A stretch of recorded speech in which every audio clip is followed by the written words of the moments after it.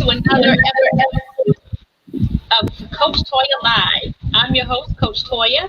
I am a credit and financial coach who helps aspiring homeowners get their finances together and increase their credit scores. So tonight we are going to be we're picking up on a conversation that I started probably about 6 shows ago. And the topic of that conversation was investing in 401k is like committing financial suicide. So had a lot of people reaching out to me asking, but Coach Toya, if not 401ks, then what? So we had people asking about Roth IRAs and all of these different things, and I'm like, no, just give me a second. We're gonna talk about this, okay? So want to let you know, disclaimers in the beginning is neither one of us are investment advisors. We're both life and health, life.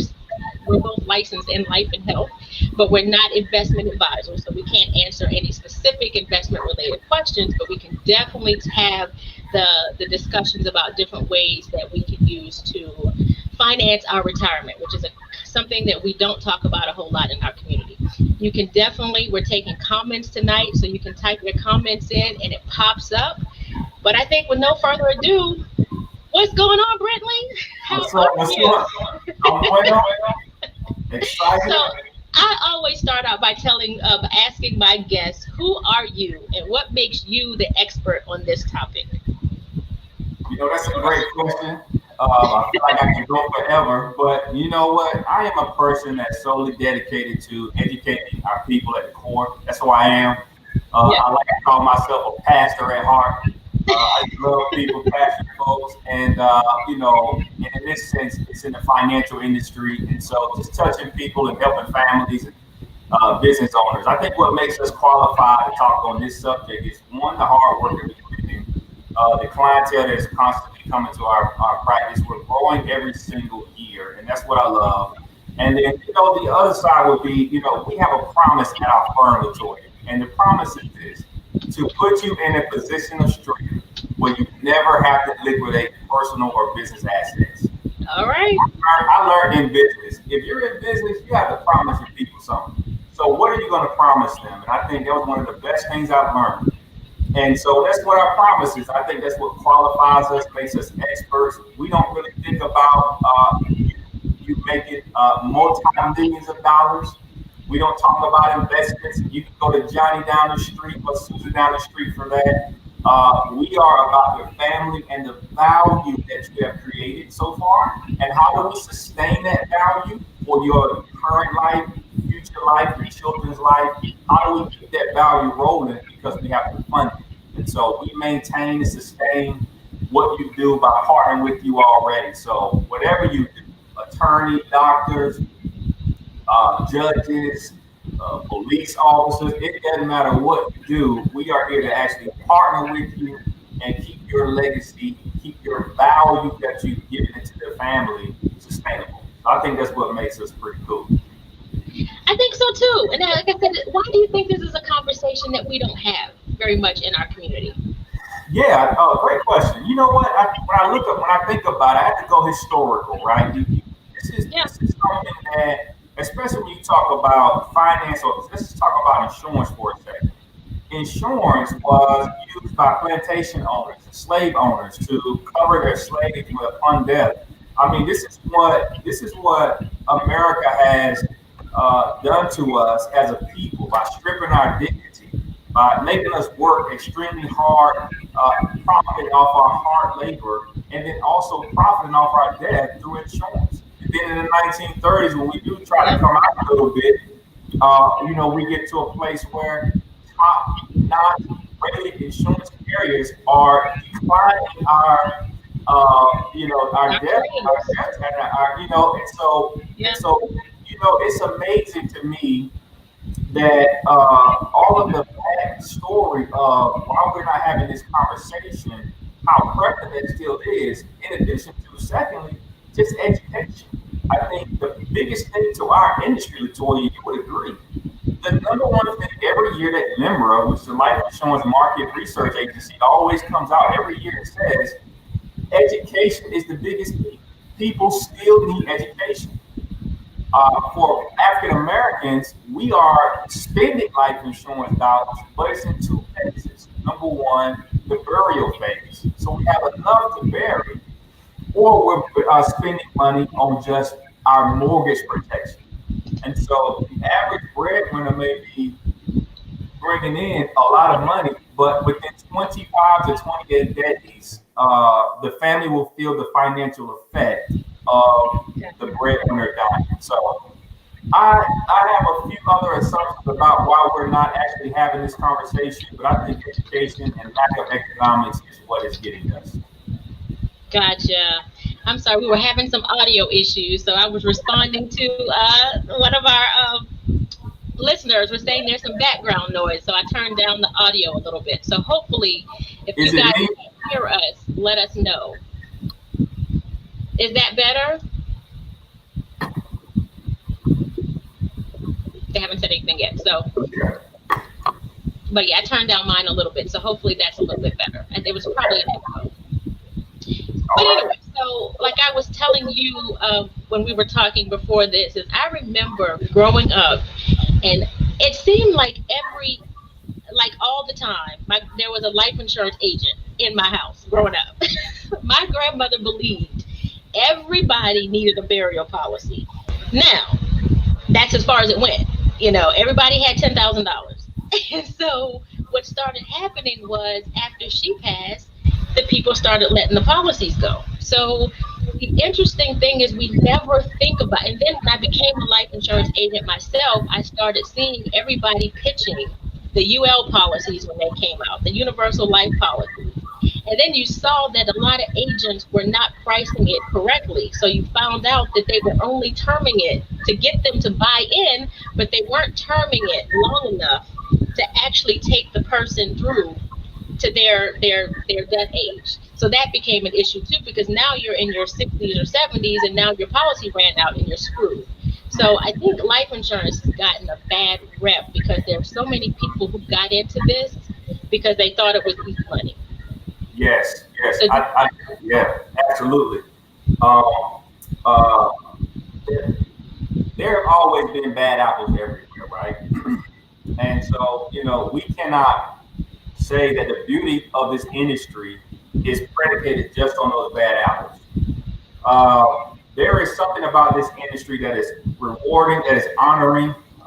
Someone that's a life insurance person in your family, that's come to your family. right. You want to be able to embrace that person, whether he or she, with open arms, because this person is coming to actually help your family. And so what I see is that, yes, back in the day, it was burial policies where you could pay $5, $10 for the rest of your entire life, but that was burial insurance. Yeah. That was the funeral homes. Life insurance, on the other hand, was with an actual carrier. And so that wasn't always the case. And so the industry has evolved. You can pay it for 10 years, 20 years, up to age 65 and be done.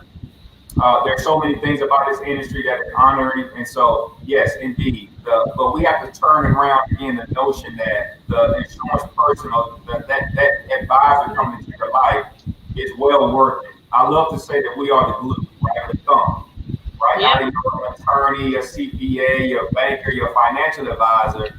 We are your thumb. You could not do anything without the thumb. So we hold it all together. You're cutting checks, we're bringing checks. All right, everybody else is bringing chicken to the funeral and giving you all these promises. We get the honor to bring $500,000, $250,000, $1 million or more to your hands that you can deposit in a tax-free way. I think that's so honorable. Gotcha. All right, so let's get to the nitty gritty because this is what people want to know. So how do you use, what are the different ways you can use life insurance? We know that it's when you die. Yes. But what is it? What's another way that you can use life insurance? I think other ways that we can use it are, for one, the living benefits. I think we need to think about healthcare down the line. Right? Going to the doctor for a stuffy nose or a little sickness or a cold or a little flu, is one thing. But the things that are really taking us out, Latoya, are cancer, heart attacks, strokes, right? Yeah. Transplants with cancer diagnosis. These are the things that are taking us out. So life insurance has a lot of these living benefit riders that allow you to advance 75 to 100% of the policy. Yeah. Right? And so you can take the death benefit, the face amount of that policy, and pay for proper care. I mean, who wouldn't want that? So if you become terminally ill, cognitively impaired, right? If you had a heart attack, some cancer, a stroke, these are the things that the insurance carrier says they deem worthy and will cut you a check without discretion telling you what to do with this check. You can keep it. I think the other side of the coin with that is also allowing us to stay in our homes, because most of our foreclosures, I think it's over 70%, it's medical. are medical bills. Yeah. So now we have an actual tool in place. Here's what I love when I read a book about life insurance some time ago. It said that life insurance is not a religion. It's a financial tool. Right? And so we got to use this financial tool to... That's how everyone else uses it. That's not how we were taught to use it. Absolutely. Another strategy is with your children. I mean, think about this. It's in his book, Paychecks to Playchecks. Talking about how you can save all of your personal monies that you make as a parent and pay for permanent insurance on your children. That by the time, and you do this when they're born now, by the time they get 20, 25 years old, here is a life insurance policy with 30 to 40 or $60,000 inside of it. That's their start. That's their first home. That's the car. That's the tuition payment. You would never be able to save $60,000 per child to either send to school or pay for their first home down payment. You could use life insurance for that. The same with grandparents. They're just saving money in the bank account, right? But they could use a life insurance policy for their grandchild. And look at what has developed and gone on because of the compounding interest associated with the formula for life insurance carriers that they use.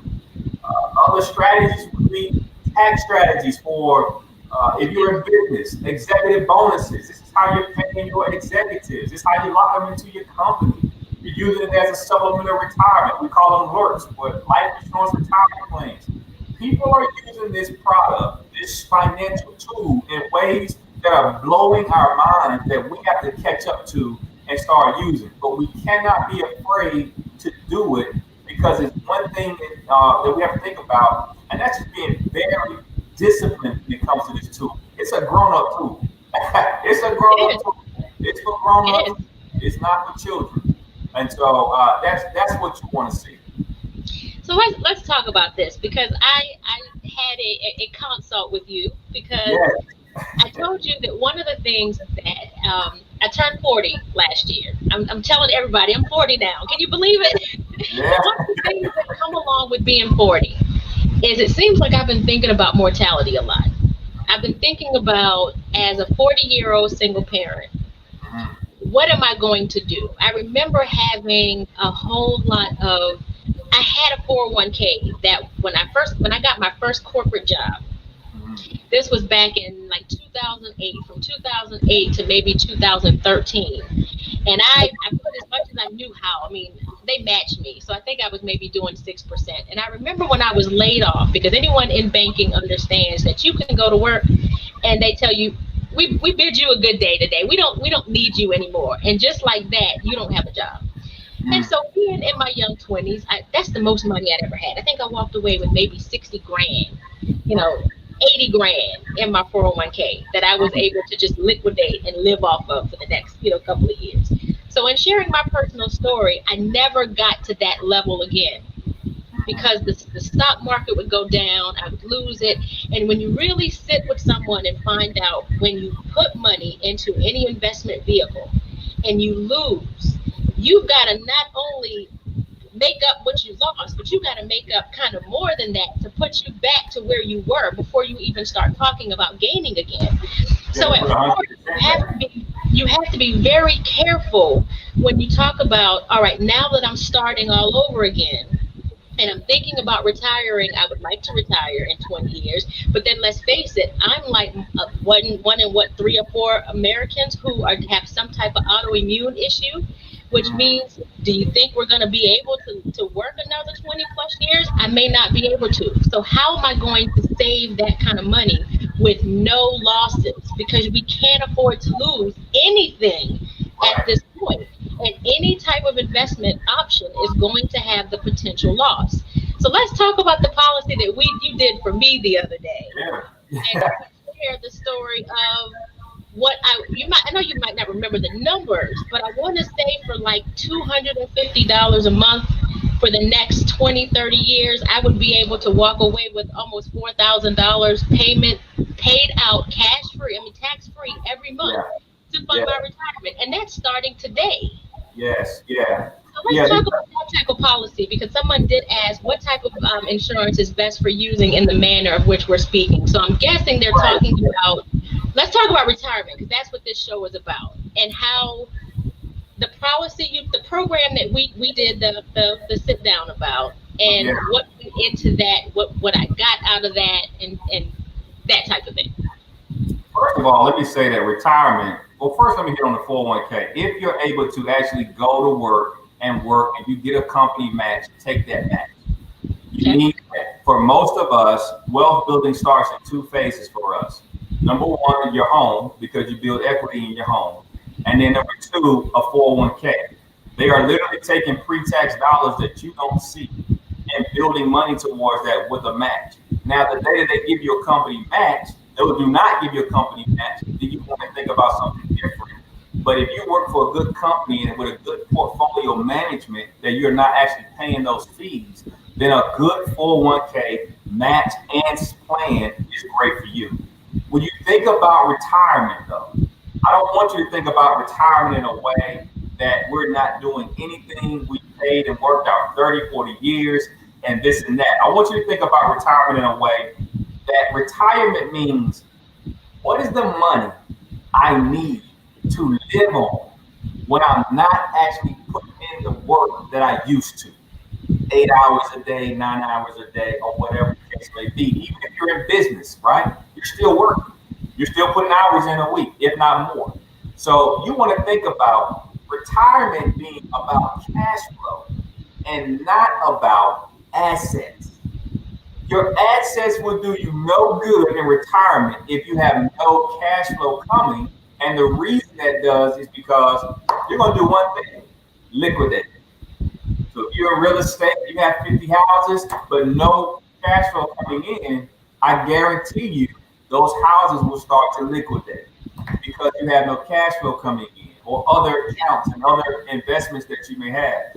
So you want to think about it being from a cash flow perspective rather than an asset protected. At this point, we need it. So when we're talking about something, what we work up for you is, now this is situational here, but because everybody can't do it. Remember, we talked about permanent insurance being for grown folks, right? It's for grown folks.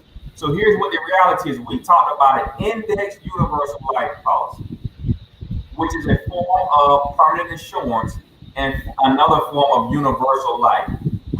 You touched on this earlier, but universal life was sold back in the day, right? It was, we can do it mixed with term. And what was happening was that policies were gaining cash. Let me give you the story. I think I told you the story.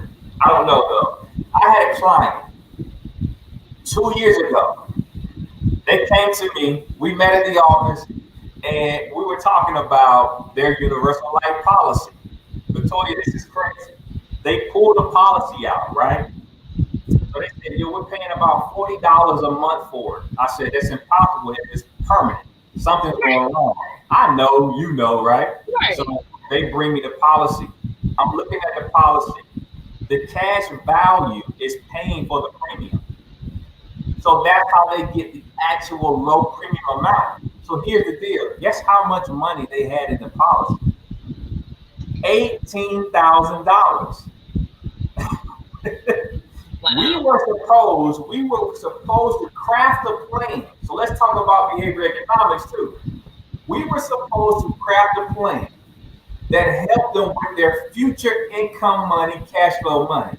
We were going to do a 1031 exchange, 1035 exchange, and move that money to another permanent policy. They wanted to pay a little bit more premium, but it was okay. They took that money, Latoya. They went all over they went to Africa, they went international shop. I mean, you should see. And I said to myself, I said, this is amazing. Because this is money you didn't know you had, right? And this is money that could have got you to the next step. So an index universal life, so an index universal life policy works in a number of ways. Number one, only an insurance carrier is able to do what we call crediting, right? Indexing. It's an indexing strategy that only a top mutual rated carrier can actually execute. Okay. No one else, not your financial advisors, not anyone else. You couldn't do it on your own. And so when we talk about a market index, it's crediting those market indexes like the S&P 500, some new crediting market indexes like the Hang Seng out of China, and Credit Suisse's new market index, and the Russell 2000. Right. Yeah. So you're looking at these market indexes. The market index mirrors the stock market. It mirrors the stock market. So here's where the IUL gets great. We call it IUL, Index Universal Life. It gets great because as the market performs, it's mirrored. So you can actually get a participation based on its performance. So as you're paying for life insurance, part of that is also giving you cash, but also if the S&P does very well, you get a certain percentage. You get it. But if you do not, if the S&P does not do well, there's what we call a zero floor. That zero you don't lose anything. You don't lose. So while everyone else is going crazy in the stock market, you're like, I'm good. You're like, I'm good. I have clients who have IUL, they see their investments going up every single year, right? And so, but it's for big boys and girls. It's for grown folks. This is stuff that we are thinking about long term. You get what I'm saying? And so it's going to produce cash value in a payment, retirement, lifetime income rider for you that'll pay you out annually. And so, yes, that's what you want to be able to think about when it comes to that. So you want a lot of things. We need a lot of things working for us, especially in our economy today, because we don't know where it's going to be. I've been listening to a lot of guys that are talking about just within the next decade how much of a financial crisis we'll be in. I've been looking at digital currency. We have the Jerome Powell right now, who is the head of the Federal Reserve, talking about how critical digital currency is going to be. The reason the pressure is on for us right now, Latoya, is because China has now developed their digital currency. They are live in effect for digital currency. That means that America is on its way to digital currency. So cryptocurrency and Bitcoin, even though not regulated right now, have become a very heavier weighted situation. Life insurance carriers like Mass Mutual have purchased $100 billion of Bitcoin cryptocurrency. They are getting into these digital assets to offer you as services. So we don't know what the future looks like financially. So let's be very prudent and wise and put our money into things that are guaranteed, slow returns. It's okay. You don't need the 13 every single year or whatever percentage you're looking at. But in a life insurance policy, anywhere from 3 to 5% is guaranteed to you. That's good money. It's better than what you got in a bank account. That is tax-free as well. And that's the thing that people don't think about. Because even there are some tax drawbacks to even taking money out of your 401k. We can't really go into that because we're not licensed, but just know this really is not the free money that they're making us believe that it is. When you get a life insurance check, it is tax-free. Well, here's what we can say about it. Listen, if you get pre-tax dollars, if you liquidate pre-tax dollars, Uncle Sam is coming for his money. That just is common sense. So you put that money in there, you didn't pay a tax on it. That's not paid with after-tax dollars. So when you liquidate a 401k or get some money out of a 401k, they are looking for you to put back in return. and your employer will look at the percentage of what you're supposed to put back. So one of the things that I normally suggest, and you tell me what you suggest to your clients, but one of the things that I personally do and that I suggest to clients is you look at, like you said, what is it that you're going to need at retirement? Because I think at our age, we need to stop getting stuff and start paying stuff off. We need to figure out how to have the least amount of debt as possible in our retirement years. So now that you've liquidated as much as your debt, now we should be doing maybe term life to get the biggest bulk. Like I've got a term life policy that has my critical illness rider for if I have a heart attack, a stroke, cancer, any of those things that's going to pay me money.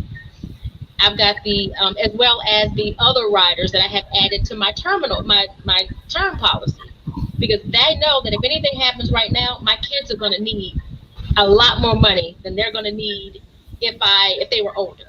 So I did maybe $300,000 in term, which $25 a month, and I get all of that.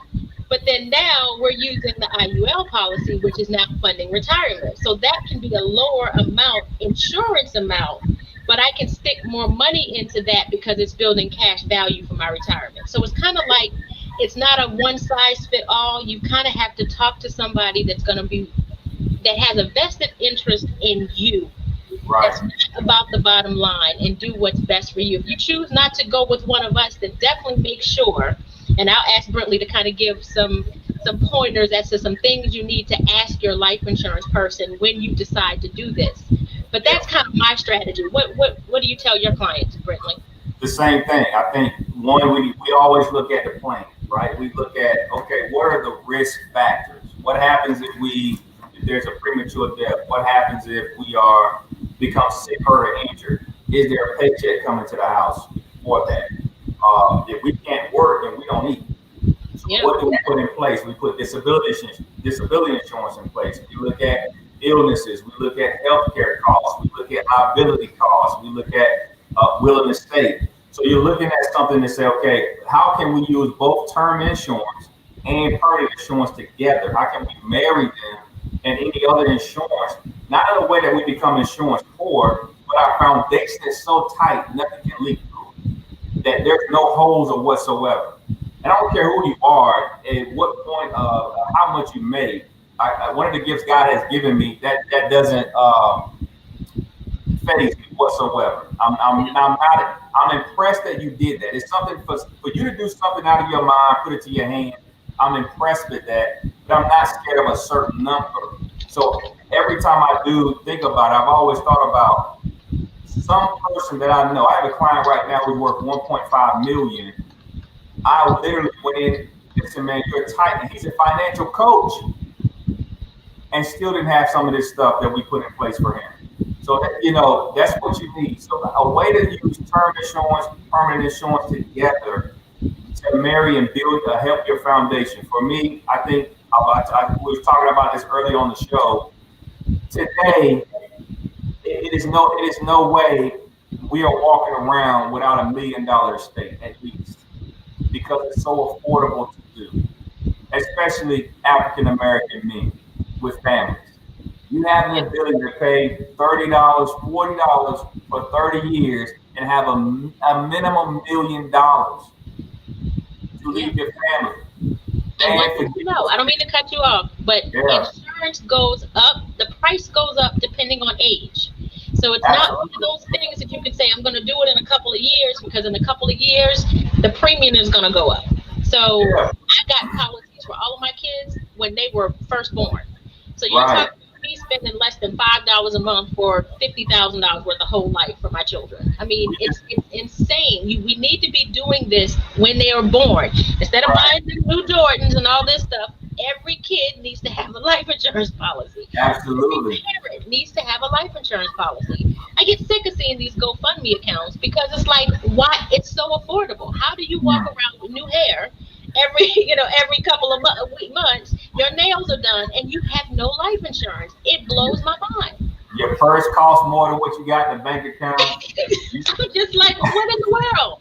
This is ridiculous. So walk around with Gucci belts, they ain't got no money. I mean, so It's just economics. We want Yeah. to look good. And there's nothing wrong with looking good, but you can do it in a way that it doesn't sabotage or cripple your family. That is what is concerning to me, that we don't have that mentality We moving don't. forward. Yeah. So, And not to mention generational wealth. mm, How do you think other communities are doing this? When you drive and you look at these houses on the lake, where do you think the funds are coming from? yeah, Somebody's mom and somebody dad says died that. and left them $1 million cash free. Yeah, And they were able to go buy a house. Why are we not doing that for our children? come on, come on, come It, on, come and it's on. affordable. It's so affordable. I would tell anybody who's listening to this, if you have not gotten a quote, you are doing yourself a disjustice or Absolutely, disservice or whatever the word is we want to use. You are really absolutely. not, that it's just, why not at least just talk to somebody and get a quote? Well, I think the other side is too. You want to think about some like this is a service that you do for your family, which makes you selfless. How selfless do you have to be to think about your family in the future when you're not here? So life, when you understand life at its point, that life is precious. God's given me life, it's precious. I have a certain date that I'm gone. And until whatever you believe about Jesus and the cross and all of that, but until he returns, my family's going to be here in America and they need some money. 99% of our decisions today are made with a basis and a foundational root of money. Without cash flow, you don't have the house you have, the clothes you have, you don't eat the food you eat, you don't go travel all over the world without cash flow. And you already know how hard it is to work and make a dollar.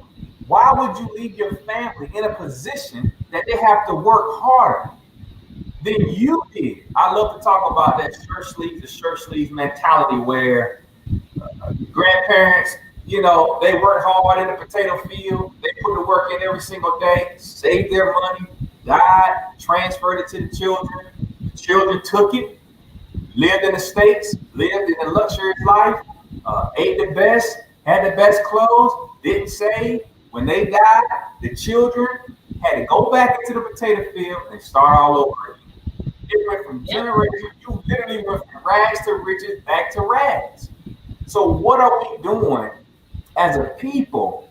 I think, Latoya, one of the things we are so fascinated with is life, being somebody, looking apart, that we are skipping over our own family. There's some generation right now in your family that's going to start over, and you have the ability to change that with the stroke of a pen and some dedication and discipline of a monthly payment.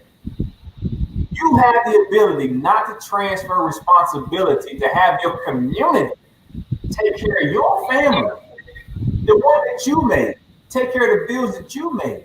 You have a responsibility to take care of that. Don't transfer that out. Don't transfer the risk out to the community.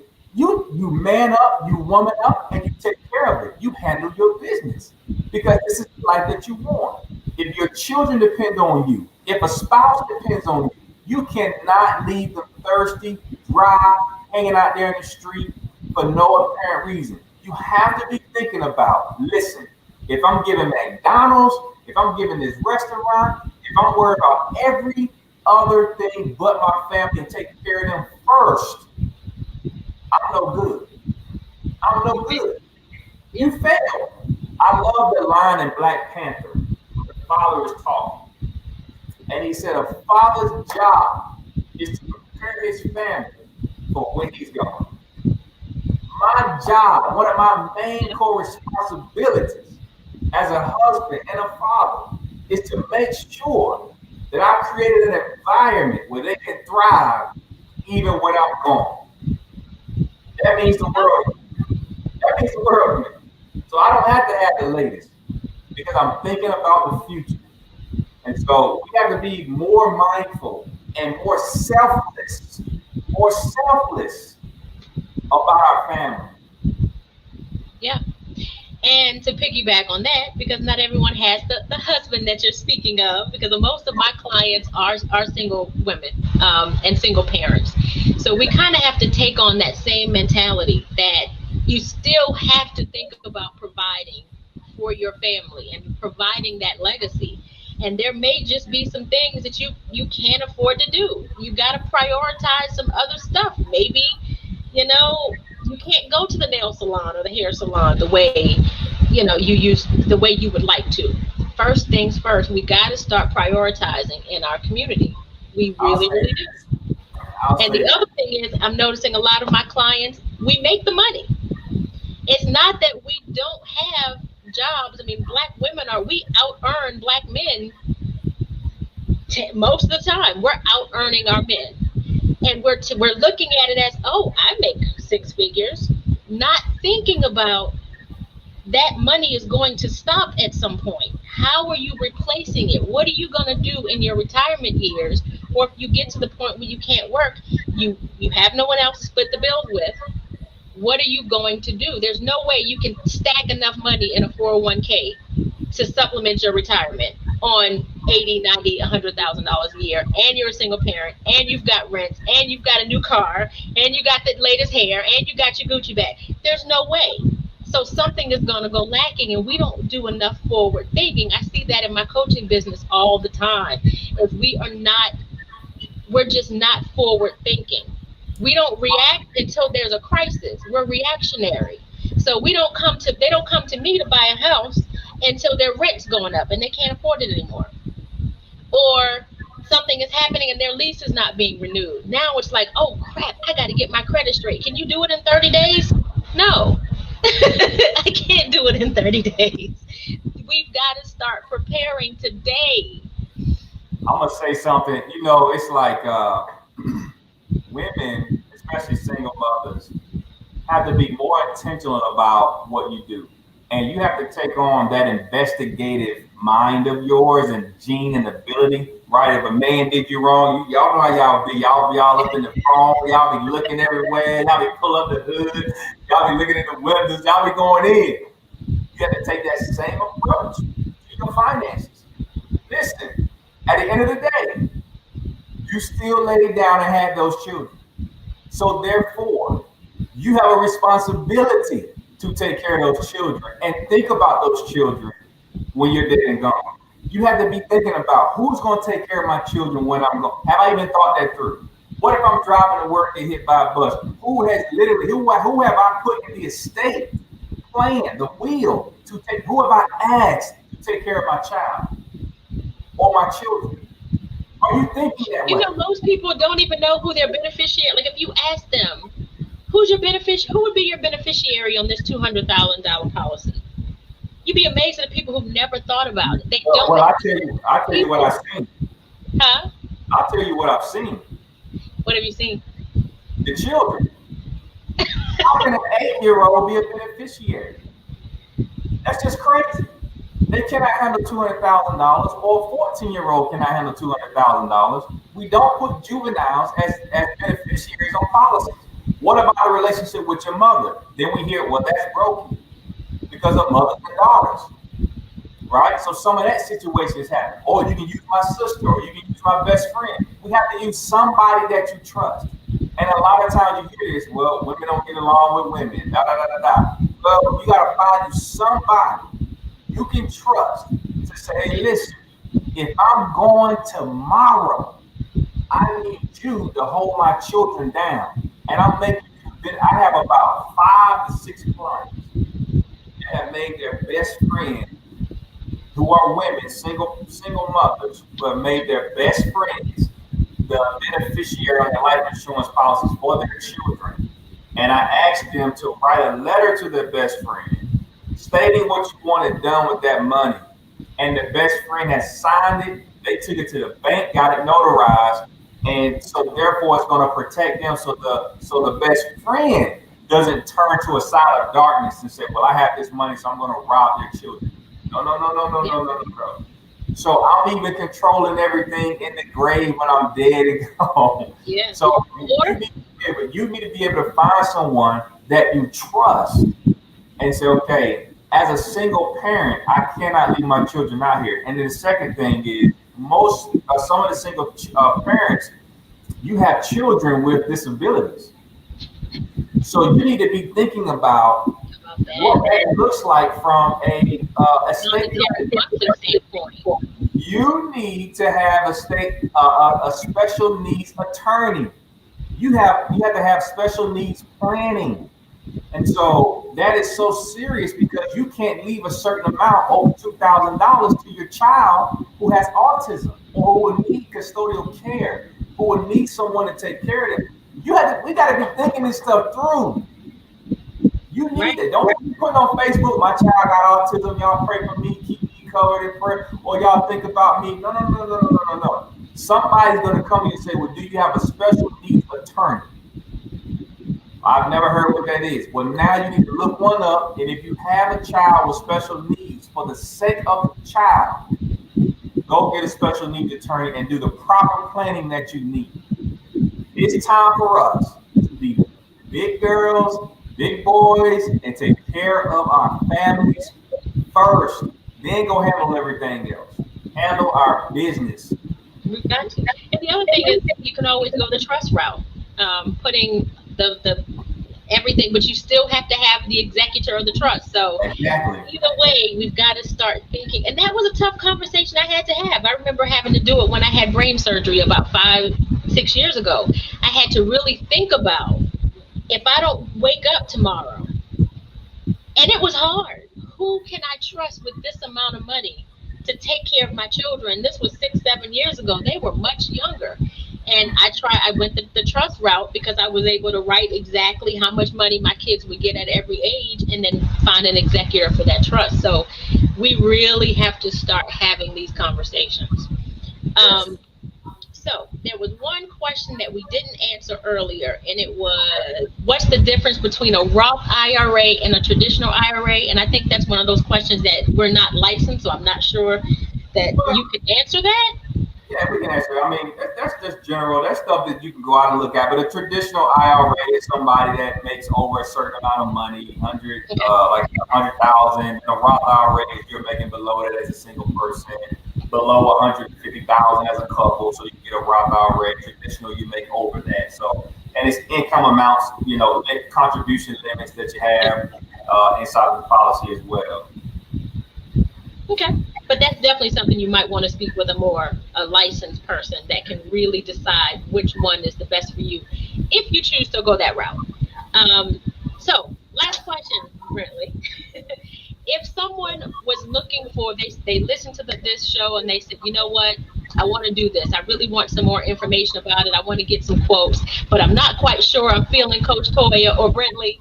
What are some things that you want to make sure that person knew to vet another person to handle this for them? One, you can go find their license number and make sure they're still licensed. You can go to the Department of Insurance in your state, or if you're in North Carolina, go to North Carolina Department of Insurance. You can find that agent out. You can find out if they had any complaints about them, because once it's up there, it's up there. Secondly, if you are looking for someone, you want to be thinking through what is this person's philosophy about money. I think one of the things that are important is, if you're always listening to somebody talk about product, you really don't actually know their philosophy about money. So Latoya and I have just been talking to you lately about today, not only just about product, but philosophy. We've been telling you about what you should do when you're thinking forward, being a forward-thinking person. Because we care. You can tell that we care about people. So the person that you're looking to, do they actually care? Do they have your best interests at heart? Do they have all of your concerns? See, and then you have to realize this is about you. It's not about us, right? And so we are here to partner with you, collaborate with you. I just had a client call me. They called me before my vacation last week. I said, hey, listen, I need some of your financial services. I said, okay. I said, I'll be back on vacation Monday. Let's make an appointment. We get an appointment. They ask, well, how much do you charge? And I said, hey, listen, if we look at the plan, then we're only talking about risk management factors. If you just want a financial plan, for the next 5-2 years out, then we'll charge on that. but they said, well, listen, I really want some advice. I said, cool. What kind of advice? And all it was about for their family, and they could take care of their mother, and the mother had dementia, and they needed some advice on what it took, what it would take after her transition from an estate plan and process and probate process and things of that nature. I didn't charge them $1 for that. They asked, the person that you're looking to needs to always be in a place of being touchable and being able to release information. I've always been under the impression, listen, the things you ask us, you can go find on the internet. You don't need a financial advisor if you know how to really take care of your money. The reason you need us is because you can't get insurance without an agent, right? And so you need us. But ultimately, if you are solid enough to handle your finances, you won't need us. But you need someone that is able to literally give you information and not try to withhold you so that they'll bring you to the front. In today's time, it's so great to give information because 99% of people that listen to it won't do nothing with it anyway. And the 1% that did, they were winners, right? They were the people that were serious and intentional. I think the last thing you want to look at is this person telling me or giving me resources to actually do what I'm supposed to do? Where'd it go? I have a book on my, here it is. This book here, it's called The Laser Fund. Okay, it's by Andrew Douglas Andrew and his sons. It's a 2-part book. One is on the IUL, okay, and the other part is on stories of families who have used the IUL. This has been from a person who has been 40 years in the game. This is all he's ever mastered.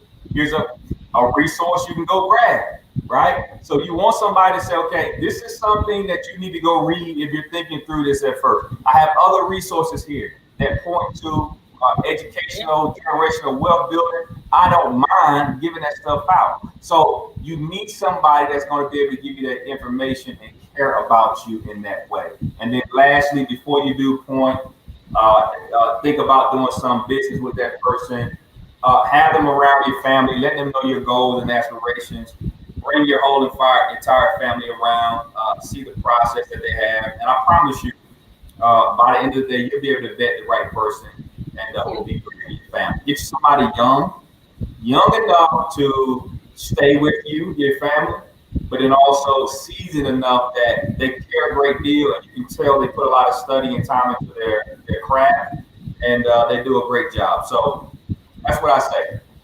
All right. And at the last minute, we got one more question. Someone wrote, what type of insurance do you recommend for a disabled single parent? How disabled? In what fashion?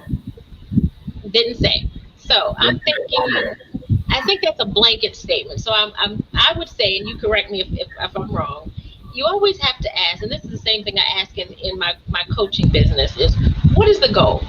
What is it that you're trying to do? At this point, you've got to look at age. What is the goal? What are we talking? Health insurance? Are we talking? They said the person doesn't work, period. But so one of the things you want to think about. So here's the honest conversation you have to have. The honest conversation is, even though we talk about this, there's still something you have to qualify, and 2 ways you qualify.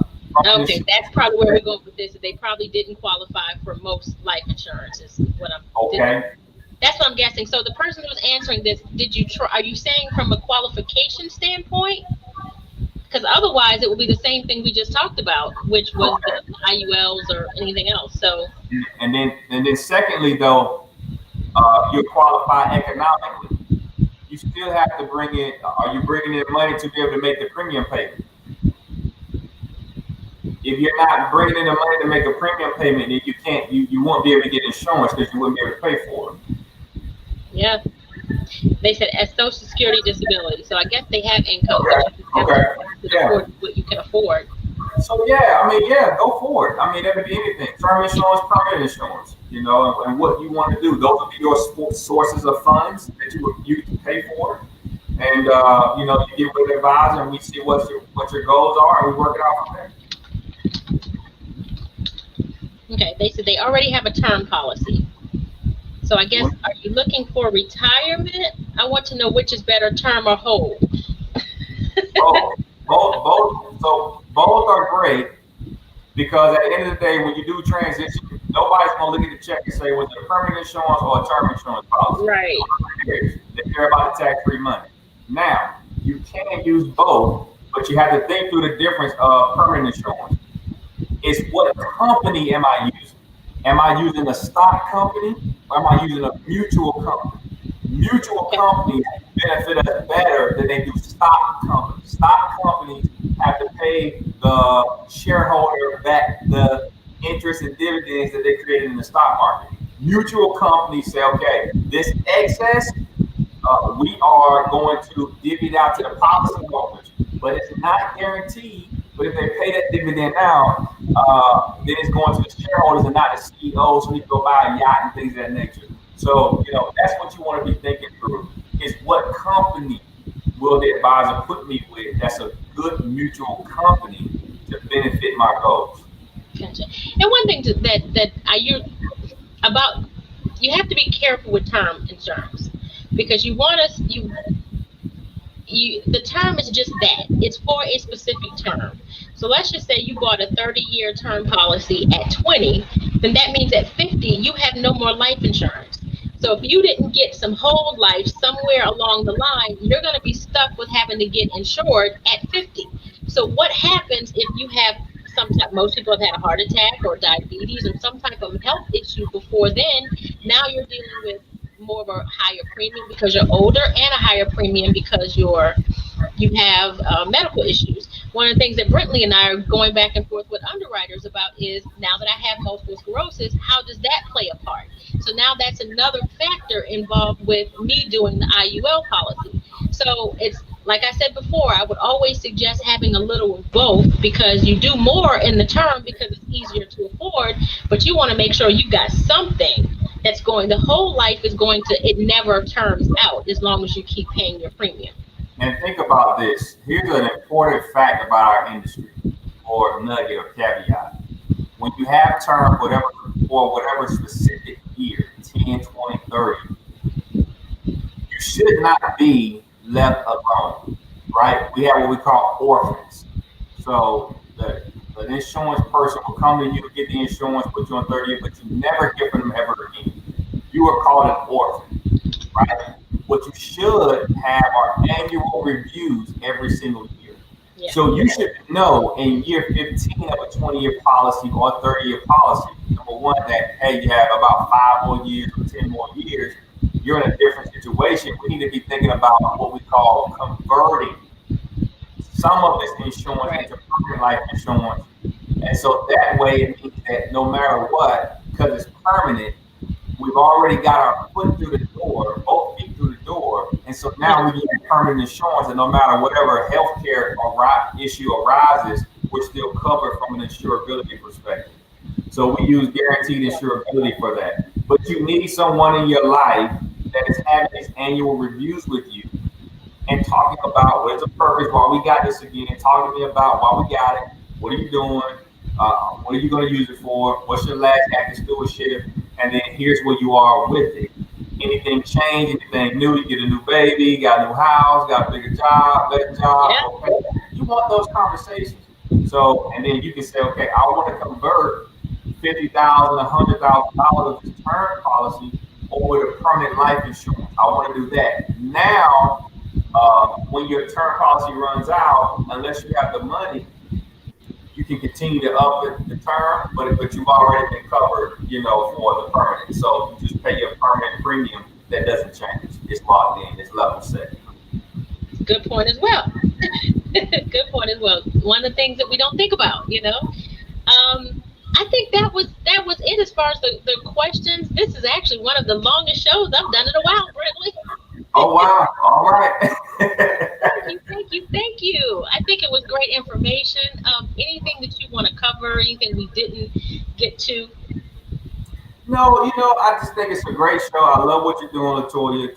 Keep inspiring, encouraging, and coaching people financially for the credit and for housing. I mean, this stuff is so important, and I think you being able to do this speaks a lot about you and what you got going on and the heart you have for people.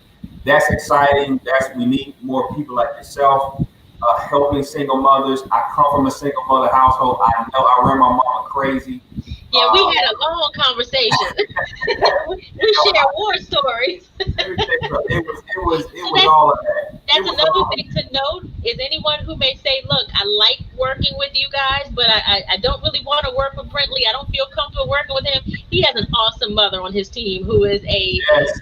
I mean, it would be like speaking to your sister. So she can help you get a life insurance policy at the same time. But she comes from that single mom, I got you, I understand standpoint. So definitely, either great. way, we've got somebody who can help you. You got to find somebody that you feel comfortable with. That's why I always try to share a lot of myself on these shows so that people understand that I didn't read Becoming a Coach in a book. And obviously neither did you. You lived some stuff where you've seen some things.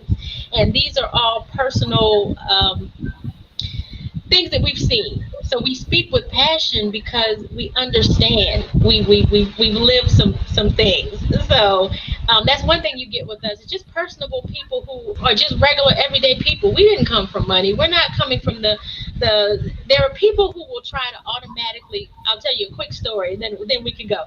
When I first started my first job, I was working at Nationwide Insurance, and I remember I was selling auto and homeowners policy. And for somehow my agent had gotten contracted with some life insurance companies. Back then, agents were captive with Nationwide. I think they can do it now, but before they were captive, so they weren't supposed to sell life insurance. But this particular agent had gotten contracted with a couple of life insurance companies. And I'm like, you know what? I have my life insurance license. I was one of the few agents that did. And I would start talking to people when I saved them money on their auto policy. I'd say, well, why don't you take that $20 and I can get you a $30, term policy or a $15 term policy just to get them used to paying it. And then after a year, we'd have that conversation and I would convert them into something else, or we'd increase the policy amount. And so my agent called me in the office one day and he's like, so I noticed you're writing a lot of policies. What are you doing? I'm like, I'm just having a conversation. These people are coming in, paying their premiums every month. I'm getting to know them. I know they had kids, and I'm talking to them. He said, you need to get them you need the policies to be bigger. I'm like, well, why? We're getting policies. I have a strategy here. He's like, no, what you need to do, send them to me because I need to get them bigger premiums. And I said, you missed the boat. You really did miss the boat. And so that's one of the things that I want to caution people is just to make sure if somebody's leading with price or leading with, you got to go with your gut. Look at what you need. Not everybody needs $1 million. It's great, but not everybody needs that. If you can afford it, great. But if you can't, it's okay to say, you know what, I don't trust really working with you, and try to find someone who is not about the money. People are surprised when I tell them, I can't help you with credit repair right now. You need to go get your life together and then come back to me because I'm not going to just take your money. And they're like, really? I've never had a credit repair person tell me that. And I think, Brentley, you're the same way. If that person can't afford that or it's not in their best interest, we don't lead with the money. Right. So I've always learned to, when I did start out that way because that's how I was trained, and eventually it became that fight, right, and it threw me back into the workforce and all of that. But I had grown and became a better person and a better man, and I got to think, you know what, I want to work from a place of want rather than a place of need. Because absolutely, he told me, he said, you know what, if you work on a place of need, you'll abuse people every single time. Every time. Because you got to make life decisions. When you are dealing with someone whose life depends on what they're telling you, or you buying something, then you have to question, are they going to be ethical? Because now they have that choice. That And so I tell people all day long, I have a full-time job, but this is what I do because I enjoy it. So I don't Right. do it because I have to, Right. to do this. Yeah. This is my ministry, so I give back Absolutely. this way. So I don't have to take your money. Wow. Wow. And I bet you sleep good at night. I sleep good at night. And then I have people, then that's when they start begging, well, please, will you please work with me? Yeah, I know. And it's a good thing. Anything else, Brentley? So tell people how to get in touch with you. Listen, just go to our website, brentleyfinancial.com. That's Brentley, like spelled Bentley, but with an R. Like, Oh, do you have a Bentley? I don't have a Bentley. You got a Bentley? You got I don't have one yet. Y'all can see that in the future. But you got kids though. That's your Bentley. Yeah, those are my Bentleys, and my wife is my yacht. She my 50,000 square foot yacht. And but no, just go our site. You can follow me on Facebook, just at my name, Brentley Wright. And just reach out. We have a Facebook page as well, Brentley Financial. You can follow our Facebook page.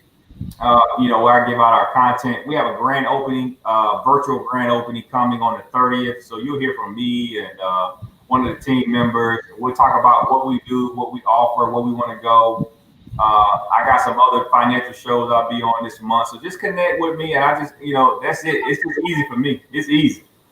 And you're in my group as well. So anyone who's in my Secrets to Homeowners group, Brentley's in the group, so you can find him there as well. So after this, Brentley, if you would just post your information under the video in the group and on my personal Facebook page, Okay. and they can contact you there. But otherwise, I know we have taken up a lot of your time. I typically don't do shows this long, but this one was important. So we just kept it going, and hopefully we'll probably be doing more shows like this because it's needed. Yeah. All right. It has been a pleasure, Bentley. Thanks, everyone. And we'll chat soon. Thank y'all so much. Take care. All right. Bye-bye.